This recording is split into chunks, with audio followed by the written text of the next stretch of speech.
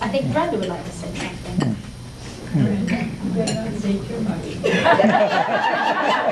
Now stand up straight.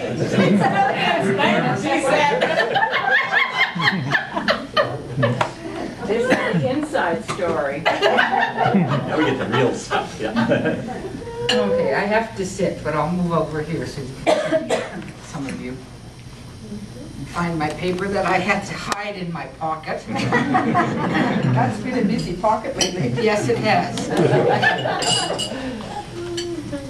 Okay.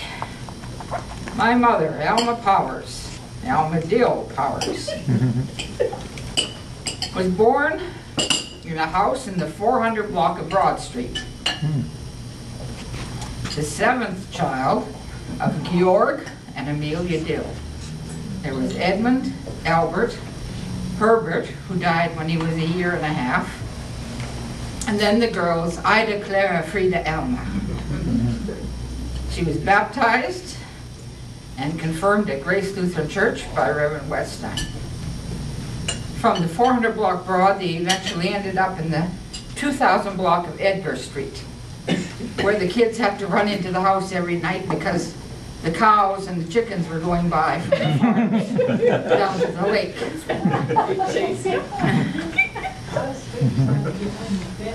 Well, why were they going down Edgar Street, not Broder? Oh, that was Cow the end of town, wasn't it? It was the end of town. Oh. She went to Wetmore in Belfort, and in the early years at Wetmore, at every recess, she ran home because she was afraid because Mom was home alone. Oh. And Frida had to come and get her every day and take her back. She worked at Empire Auto for the Army for many years and at the RCMP for many years. Took her early retirement in 1987. She met my dad at Empire Auto, where they worked together after the war in the late 1940s. Dad was the delivery man and Mother worked in the store. They were married July 22nd, 1950 at Grace Lutheran Church by Pastor Henry Trite. Mom's father died in 1940 when Mom was just 13. And her mother died in 1961.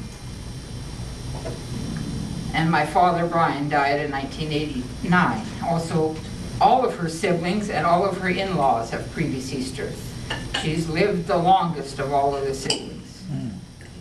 And also 2 nieces and 1 nephew, or 2 nephews and 1 niece, sorry. She's a mother of 1, the godmother of 3, and they are all here today. With Ed and Elsie, she's godmother of Jeannie. That's right. With my mom and dad, she's godmother of Kenny, and of Sandy, sitting in the back there. She has 19 nieces and nephews, both on the Powers and the Dill side, and they range in age from their 70s down to their 50s. She has 37 great nephews and nieces on both sides of the Dill and Powers family, and they range in age from their 50s to their 20s.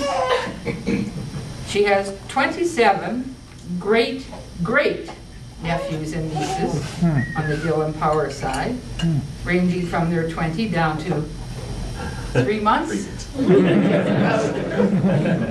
And on the Power side, she has 1 great nephew. That means that one of her nieces on the Power side is a great grandmother. So there is none on the Dill side as yet. Hurry up, guys.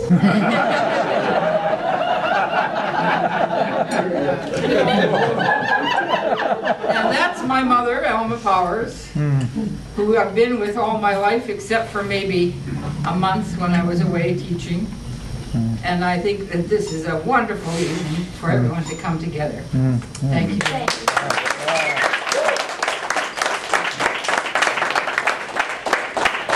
I wish you could all all hear what I was hearing. And that's another wonderful thing about Auntie Alma. She is so much fun to be around. Oh, yeah. The voices that you used to do, all these little accents of all these little silly people. The raised eyebrow. Yeah. So if anybody else wants to say anything, we're going to wait for Lisa to get here with the girls. Okay. Okay. And then Alan has a little something to show us. Okay. So, I feel like people have heard this, but it was by special request. So, By the guest of of course, honor. of course I'll do it. Not everybody has heard. We have friends from church who haven't. Okay, fantastic. Yeah, can you explain it all over again what it is? Said that you do. Yeah, people are often confused about that. Including yourself. Yeah, I do spoken word poetry, so really that about sums it up. It's performance poetry, so this one is about the library. Today as I walk past the public library, my eyes avert its emptiness and go into my own, and I remember a different day. I remember a time when a word needed paper to be read, when visions of ecstasies would dance in our heads, and all of this from a long, hard look through closed eyes with a book, curled up with your consciousness, a part of being alive. Well, today it's plastic pictures that never saw a printer en masse, from a box-spewing waste like technology's rear end. And with the stench of manufacture from its serial number, it tells the story of the rate at which we are getting dumber.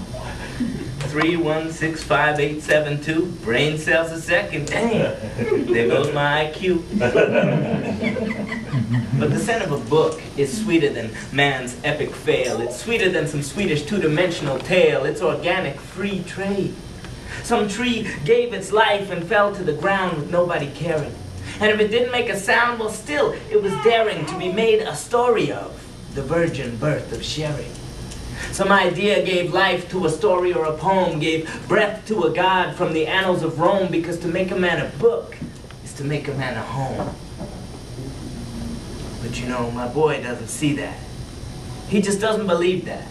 Turning a page is not in his muscle memory. A bookshelf not in his bedroom. A book not in his heart. His life story is dog-eared with Apple release dates. iPod, iPad, from morn till eve, and he ain't thinking about Jobs unless he's thinking about Steve. R.I.P. Because see, he's glued to a screen every time that you see him. I remember when the library was our coliseum, not a book mausoleum. It was filled with life, gladiators, civilizations, histories and futures, waiting for realizations and tragedies we need but that we don't seem to miss. But Shakespeare never wrote a tragedy greater than this. Because see, when he was born in 1560-something, they didn't know books burned at 451. Today they burn and are forgetting. It destroys like a gun. I mean, don't you know that John Doe used to be John Donne? See, we used to judge a book the way we judged a good lover.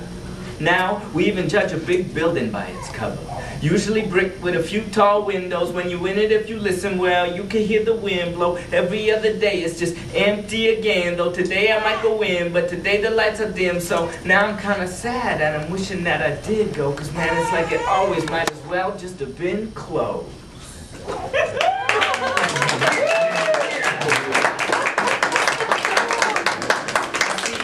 That was a place where subtext didn't live in a hyperlink. We forgot the last step. It was read, breathe, stop, think. It was a place where ideas and love affairs came to fruition, where knowledge waited for you without waiting for tuition. Take me back to when a wiki was the sound a record made. And lyrics needed pen and pad before they could be played. Grooves on the vinyl like braille on the page. Love needs to be touched, man, before it can be made.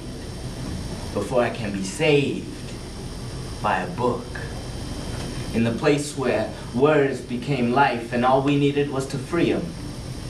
I see now the library is just a museum.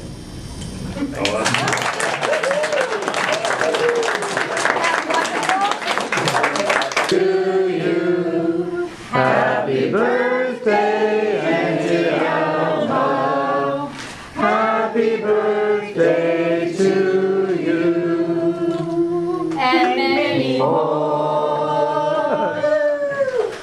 Should be able to. They're home buddies. I'm happy to be home too. Yeah. I don't care if I mean, I don't go out that often, but just the special occasions like this, but I'm happy to be at home.